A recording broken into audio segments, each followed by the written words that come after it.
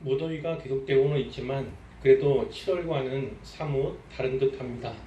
오늘도 예배 자리에서 만나게 되어 반갑습니다. 이 시간에는 사무엘하 16장 1절로 14절 말씀을 근거로 해서 본문으로 해서 시바의 환대와 시므이의 저주라는 제목으로 설교하도록 하겠습니다. 아들 압살롬의 반역이라는 큰 위기에 직면한 다윗이 신하들과 가족들을 데리고 피난길에 오릅니다. 왕궁을 떠나서 다시 광야길로 나아가는 거예요. 가는 길에 몇 차례의 만남이 있었습니다.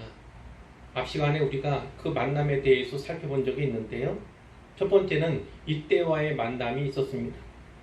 이때는 가드 사람이죠. 이방인이고 용병이었을 것입니다. 그가 600명의 자기 동족과 가족들을 데리고 다윗 왕의 피난길에 동행한 거예요. 우리와 함께 갈 것이 무엇이냐? 너는 돌아가서 요나단을 섬기라. 다윗 왕이 이렇게 이야기를 하지만 진실로 내 주 왕께서 어느 곳에 계시든지 사나 죽으나 종도 그곳에 있겠습니다.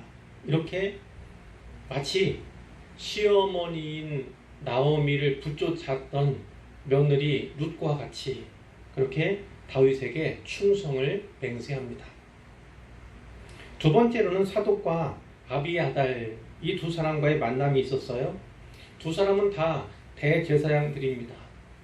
이들이 모든 레위인들과 함께 언약궤를 메고 와서 앞에서 기다리고 있는 거예요. 다윗이 얼마나 낙심했을까? 또 그를 따르는 백성들 또한 그러할 것을 알고요. 하나님의 언약궤를 모시음으로 말미암아서 그들에게 용기, 힘을 주고 싶었겠지요. 그러나 다윗은 하나님의 궤를 다시 성읍으로 돌려보냅니다. 법궤를 이용해서 자기 안위를 보존하려는 그런 생각은 하지 않아요. 다만 하나님의 선하신 뜻에 맡기죠. 그리고 자기와 동행해 주실 것을 바라는 그런 마음뿐이에요. 다만 사독의 아들인 아히마스 또 아비아달의 아들인 요나단 이 두 사람을 언급을 하죠. 그 둘을 데리고 성도 들어가라 이렇게 이야기를 합니다. 그들에게 또 새로운 임무가 주어질 거예요. 이 대제사장들은 이제 예루살렘에서 다윗의 눈이 되고 귀가 되어야 합니다. 세 번째로는 후세와의 만남이 있었습니다. 이 후세는 아렉 사람이고요. 다윗의 친구로 나와 있습니다. 그가 다윗을 맞으러 나왔지요. 다윗은 후세에게 나를 따르는 대신에 피난길에 동행하는 대신에 왕궁으로 돌아가라는 겁니다. 그리고 왕이 된 그 요나단을 섬기라고 이렇게 이야기를 하지요. 그 이유가 무엇입니까? 그 아들 편에 선 대단한 모사 아히멜렉의 그 모략을 파하는 임무, 그것을 후세가 수행하게 될 것입니다. 그리고 오늘 본문에서 또 다른 두 사람을 만나게 되죠. 1절에 보니까 다윗이 마루턱을 조금 지났을 때 누가 왔냐면 시바가 왔습니다. 시바는 여기에 무비보셋의 종 이렇게 되어 있죠. 그 시바가 안장을 지운 두 마리 나귀에다가 잔뜩 무언가를 싣고 왔어요. 떡이 200개, 건포도가 100송이, 여름 과일 100개, 무화과겠죠. 포도주 한 가족부대를 싣고 다윗을 맡고 있는 거예요. 이 시바가 이 본문에는 무비보셋의 종 이렇게 되어 있는데요. 이에 대해서 좀 더 자세히 알려면 사무엘하 9장 말씀을 살펴보아야 합니다. 다윗이 하나님의 은혜로 말미암아서 온 이스라엘의 왕이 되었을 때, 그리고 이제 많은 전쟁에서 이겼어요. 그리고 또 평화가 이루어졌지요. 그랬을 때에 다윗이 말합니다.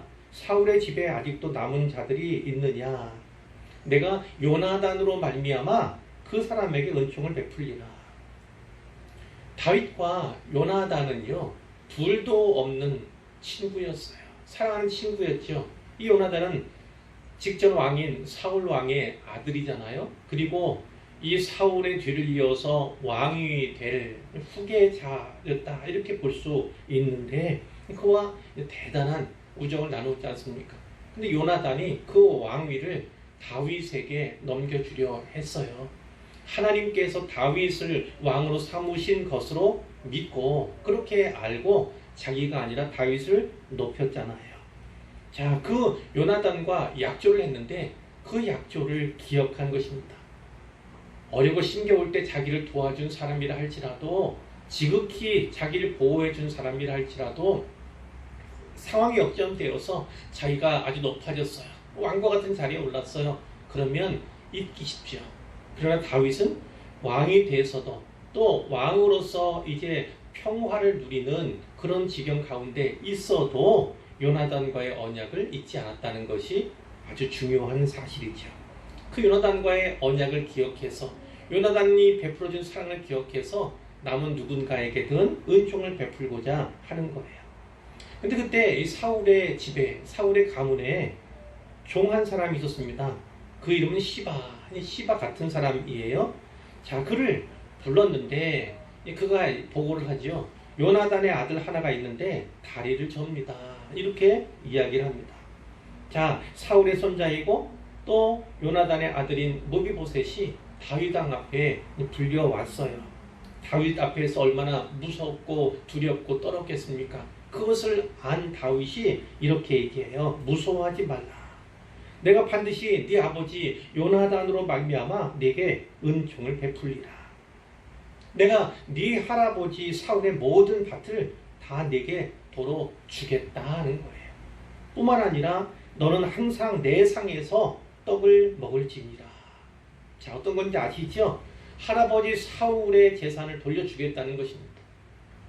그리고 그 아들, 그러니까 손자죠. 여기서는 이 무비보셋은 나와 함께 상을 나누는, 그러니까 아들들 가운데 왕자들 가운데 하나로 취급해 주겠다, 대해주겠다 이렇게 이야기를 하는 거예요. 무비보셋이 뭐라 얘기합니까? 이 중에 무엇이게 왕께서 죽은 개 같은 나를 돌아보시나이까. 은혜를 받을 수 없는, 긍휼을 입을 수 없는 저인데 어떻게 이렇게 큰 은혜를 주십니까? 감격을 하지요. 그래서 왕이 이 시바에게 신신당부합니다. 사울과 그의 온 집에 속한 것은 다 무비보셋에게 주었다. 주인의 아들에게 주었다. 너는 네 아들들과 더불어서 또 종들을 데리고 그를 위해서 땅을 갈고 거두어라. 그래서 주인의 아들에게 양식을 대라. 이렇게 이야기를 하죠. 그러나 무비보셋은 나와 함께 먹을 것이니라. 항상 내 상에서 떡을 먹으리라. 이렇게 이야기를 한 것입니다. 자, 이렇게 다윗 왕이 무비보셋을 선대했어요. 요나단과의 언약을 기억해서 선대했죠. 그리고 시바에게는 그 무비보셋에게 준 땅을 관리하는 그런 역할이 주어진 상태였던 거예요. 자, 다시 본문 돌아와서요. 왕이 시바에게 묻습니다. 네가 무슨 뜻으로 이것을 가져왔느냐? 이런 풍성한 것들을 무슨 뜻을 가지고 가져왔느냐? 그랬더니 시바가 뭐라고 합니까? 나귀는 왕의 가족들이 타시게 하려는 것이고요. 떡과 과일은 청년들이 먹게 하려는 것이고요. 포도주는 들에서 피곤한 자들에게 마시게 하려 제가 가져왔습니다. 얼마나 고맙습니까? 그런데 이 다윗 왕의 눈에 안 보이는 사람이 있었던 거예요. 그러면 네 주인의 아들 무비보셋은 어디 있느냐 이렇게 묻게 되었는데 시바가 뭐라고 합니까? 그는 예루살렘에 있습니다. 성 안에 있다는 거죠. 그가 말하기를 이스라엘 족속이 오늘 내 아버지의 나라를 내게 돌리리라 이렇게 말했습니다 라는 것이죠. 진짜입니까? 아니요, 진짜가 아닙니다. 사실이 아닙니다. 이것은 모함일 뿐이에요. 이치에 맞는 얘기가 아니잖아요. 압살롬이 다윗의 아들이에요. 다윗의 아들인 압살롬이 아버지에게 반역을 저질렀어요. 나라를 삼켜 먹으려고 합니다. 왕 위에 오르려고 해요. 그런데 그렇게 왕위를 빼앗아서 찬탈해서 무비보셋에게 주겠습니까? 무비보셋에게 왕권을 회복해 주기 위해서 압살롬이 반역한 것이 아니라는 거잖아요. 그것은 누가 들어도 누가 봐도 알 수 있는 일입니다. 더군다나 이 무비보셋은 약점이 있었어요. 신체적으로 왕이 되기 어려운 사람이에요. 다리를 저는 전에 마지막 전투에서 할아버지와 아버지가 전사하게 되잖아요. 그때 전사한 소식이 들려지게 되었는데 그걸 듣고 유모가 급하게 그 아이를 데리고 나오다가 그 아이가 그만 떨어지고 말았어요. 땅에 떨어지고 말았어요. 그래서 5살 때부터 다리를 절게 되었습니다. 물론 장애인이라고 해서 다리 저는 잘라고 해서 왕이 되지 못한다 이런 법은 없지만 특별히 이 시대에 그 사람들은요, 왕이 그 전쟁에서 앞서서 자기들을 리드하고 앞서 싸워주기를 원하던 그런 시절이었어요.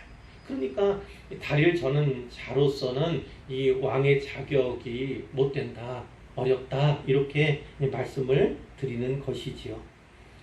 자, 왕이 그러나 그 가운데 한편으로는 고맙고 도망길에 풍성한 음식을 제공해 주니까 고맙기도 하고 마음 씀씀이가 기특하기도 하잖아요.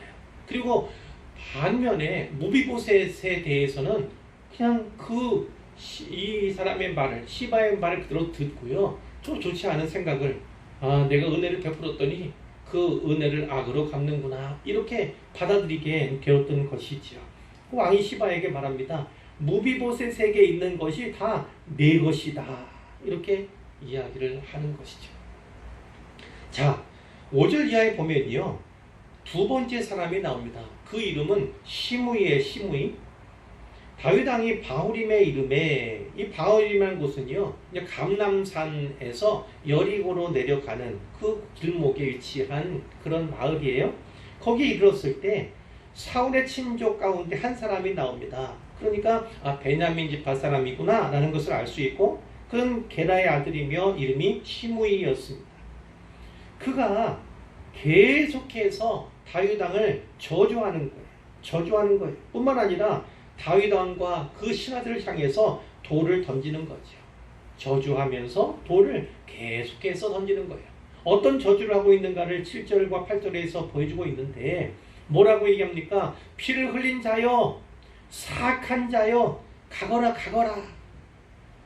사울의 족속의 모든 피를 여호와께서 네게로 돌리셨도다.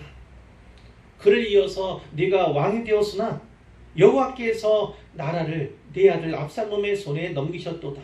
보라, 너는 피를 흘린 자이므로 화를 자초하였느니라. 이렇게 계속해서 욕을 하며 저주를 퍼붓는 거예요.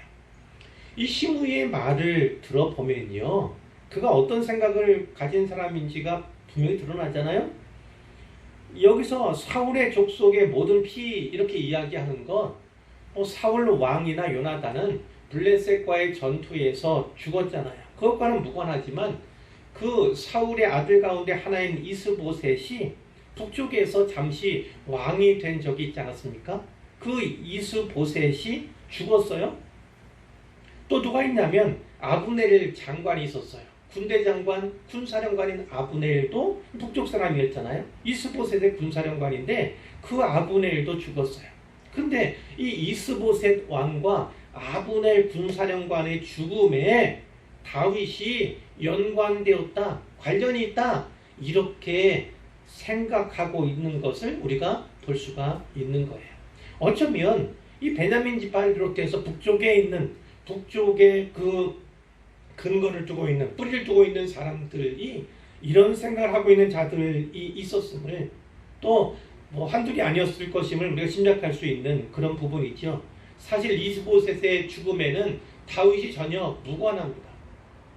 그리고 군사령관인 아브넬의 죽음도 수의 아들들인 요압과 아비새가 자기 동생 사적인 복수를 하기 위해서 죽인 것이지 다윗은 전혀 알지 못하는 사실이었어요. 그러나 이 시므이처럼 혹여나 북쪽에 뿌리를 두고 있는 사람들 가운데는 다윗의 행위다, 다윗이 시킨 일이다, 혹은 다윗이 범한 것이다, 이렇게 오해하는 사람들이 있었음을 우리가 알 수가 있는 것이지요. 근거가 없는 것이지만 또 부당한 저주이지만 다윗은 그것을 이제 듣고 있는 거예요. 이때 수르의 아들 가운데 하나인 아비새가, 이 사람도 대단한 용장이죠. 왕에게 말합니다. 이 죽은 개가 어찌 내 주 왕을 저주하리이까? 제가 건너가서 그의 머리를 베어오겠습니다. 허락해 주십시오. 이렇게 이야기를 한 거예요. 왕이 무엇이라고 말합니까? 수르의 아들들아, 내가 너희와 무슨 상관이 있느냐? 그가 저주하는 것은 여호와께서 그에게 다윗을 저주하라, 나를 저주하라 하셨기 때문이 아니겠느냐. 또 11절에 보니까 다윗이 아비새와 모든 신하들에게 내 몸에서 난 아들도 내 생명을 해하려 하는데 하물며 이 베냐민 사람이랴. 여호와께서 그에게 명령하신 것이니 그가 저주하도록 버려두라. 중요한 핵심은 이거예요. 12절입니다. 혹시 여호와께서 나의 원통함을 감찰하시리니 오늘 그 저주 때문에 여호와께서 손으로 내게 갚아 주시리라. 아멘. 이 이야기를 들을 때 마음에 원통함이 없겠습니까? 왜 분노가 없겠습니까? 이스보셋이나 또 아브넬의 죽음에 자기는 무관해요. 오해를 받고 있는 거예요. 오해를 통해서 저주를 받고 있는 거예요. 그러나 무엇이라고 말씀합니까? 내가 원통할지라도 하나님께서 원통한 내 상황과 내 마음을 감찰하고 계신 것을 내가 안다. 오히려 시므이의 저 저주 때문에 하나님께서 나를 불쌍히 여기시고 긍휼히 여겨주시고 그리고 이 저주를, 악을 선으로 갚아주실 줄 어떻게 아느냐. 나는 그것을 바라고 기대한다. 이렇게 이야기를 하는 거예요. 다시 길을 가는데 시므이가 계속해서 따라가면서 저주를 하고 돌을 던지고 먼지를 날리는 그 행위를 또 중단하지 않습니다. 자, 사실 다윗은 이때의 일을 잊지 않습니다. 사실은 그 당시에도 분노를 느꼈던 거예요. 그것을 어떻게 알 수 있냐면 열왕기상 2장 8절 이하에 보면 이런 말씀이 있어요. 다윗 왕이 이제 왕이 된 솔로몬에게 이야기를 하죠. 바울임 베냐민 사람 게라의 아들 시므이가 너와 함께 있나니. 지금 이제 다윗 왕으로 돌아왔고 다윗에게 있다가 이제 솔로몬에게도 있는 거예요. 그런 내가 마하나임으로 갈 때에 악독한 말로 나를 저주하였느니라. 자, 그 저주했던 바는 좀 전에 살펴본 건데 다윗이 나중에 다시 환궁하지 않습니까? 다시 예루살렘으로 돌아오지 않습니까? 그때 이 요단에까지 내려와서 이 시므이가 왕을 또 영접을 하는 그런 경우가 있어요. 그때 지난 날을 내가 용서하고 내가 칼로 너를 죽이지 아니하겠다 이렇게 맹세를 한 바가 있어요. 여호와 이름으로 맹세한 바가 있는 거예요. 그러나 아들에게 무엇이라고 얘기합니까? 그러나 그를 무죄한 자로 여기지 말지어다. 너는 지혜 있는 사람이므로 그에게 행할 일을 알지니 그의 백발이 피 가운데 스올에 내려가게 하라. 이렇게 부탁하는 것을 보게 돼요. 그러니까 시간이 좀 지났음에도 불구하고 이 피난길에서 그 시므이로 말미암아서 그 저주로 말미암아서 아팠던 마음, 괴로웠던 마음, 그것은 잊혀지지 않고 기억되다가 아들에게 부탁하는 것을 우리가 볼 수가 있는 것이지요. 자, 이것을 통해서 이 짧은 본문을 통해서 한두 가지만 살펴보고 말씀을 맺으려고 합니다. 우리가 보았던 것처럼 다윗은 피난길에 두 사람을 새롭게 만났지요. 한 사람은 환대하는 사람이었고 한 사람은 그를 저주하는 사람이었습니다. 시바는 이 도망길에 변변한 준비도 없이 급하게 떠나는 그 길 가운데 풍성한 음식을 가지고 왔어요. 그리고 나귀도 가지고 왔어요. 그래서 도피 중에 있는 다윗 왕을 맞이하는 것이지요. 자, 아들도 반역했고 많은 사람들이 등 졌는데 뒤를 돌아섰는데 이 시바가 자기에게 나와서 이 변변한 준비 없이 떠나온 그 길에 위로를 주니까 얼마나 반갑겠습니까? 또 위로가 되었겠습니까? 자, 이것을 보니까 기억나는 본문들이 있죠. 전에 우리 살폈던 바가 있는데 사무엘상 25절에 보면 아비가일이라고 하는 여인이 나왔잖아요. 아비가일. 누구의 아내입니까? 바로 나발이라는 사람의 아들이었잖아요. 이 나발이 다윗과 그가 보낸 소년들을 아주 무례하게 대했습니다. 이 소년들을 무례하게 대했고 이제 다윗은 그것 때문에 분노해서 나발과 모든 그와 함께한 남자들을 죽이겠다 이렇게 내려가는 길이었는데 이 아비가일이 종에게서 그 사실을 전해 듣고요. 많은 음식들을 장만해서 이제 가는 거죠. 다윗을 오히려 만나려고 가는 그 가운데 있던 것을 우리가 보게 되는 거죠. 이 비슷한 상황이지만 아비가일은 어떻게 했어요? 나발뿐만 아니라 그의 모든 집안들, 모든 가문들이 자칫 멸문지화를 당할 수 있는 그 위기 가운데서 지혜를 발휘한 거죠. 가족을 변호하기 위해서 이제 다윗을 찾아간 거예요. 만나러 간 것이죠. 반면에 오늘 시바는 어떻습니까? 오히려 이 환대를 통해서 다윗의 마음을 얻고자, 다만 그 마음만 얻는 것이 아니라 그의 입을 통해서 무비보셋이 가진 것을 취하고자 하는 그런 악한 의도가 그에게 있었음을 우리가 보았던 것이죠. 오히려 이 아비가일은 다윗의 마음을 굳게 했는데 오히려 믿음을 돌아보게 했고 하나님의 은혜를 생각하게 했는데 하나님 앞에서 그의 자리를 생각하게 만들었는데 이 시바는 어떻게 했습니까? 오히려 다윗의 마음을 흔들어 놓았다는 거예요. 그 무고한 말로서 주인 무비보셋을 모함하고 있음을 우리가 보게 되는 거죠. 결국은 이 다윗 왕이 어려운 때를 맞은 그 시기를 또 기회로 삼아서 자기의 일을 취하고 이기적인 욕망을 채우려고 하는 기회주의자가 바로 시바였음을 우리가 보았던 것입니다. 자, 두 번째 만난 사람은 바로 시므이라는 사람이에요. 이 사람은 사울의 친족 베냐민 지파 사람이었지요. 그중 하나였는데 도피 중인 다윗을 향해서 돌을 던지며 계속 저주를 퍼붓는 그것을 우리가 보았습니다. 물론 이 사람의 저주는 정당하지도 않고 또 공평한 판단도 전혀 아니었던 거예요. 그러나 다윗은 이 저주를 막는 것이 아니라 그 저주를 통해서 하나님께서 자기에게 저주하신 그것이 아닌가를 돌아보게 된다는 거예요. 혹여나 저 저주 가운데 하나님께서 나에 대한 생각과 판단이 담겨있지는 않은가 그것을 생각하는 것이죠. 바라보는 것입니다. 그래서 그 수모와 그 저주를 겸허하게 받아들여요. 분노하는 대신에 그를 죽이라고 하는 대신에 오히려 하나님 앞에 낮은 마음 오직 하나님의 긍휼만을 구하는 다윗의 모습을 본문에서 볼 수가 있는 거죠.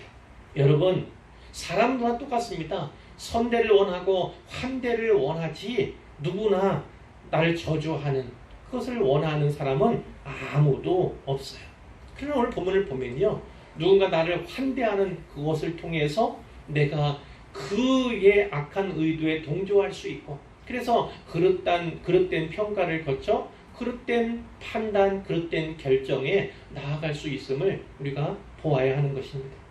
또 시므이의 저주, 이 저주를 통해서도 우리가 우리 자신을 돌아볼 기회를 얻을 수 있다면 그리고 오히려 하나님의 긍휼을 다시 구하는 계기가 될 수 있다면 그것이 또 복된 일이다 이렇게도 볼 수 있어요.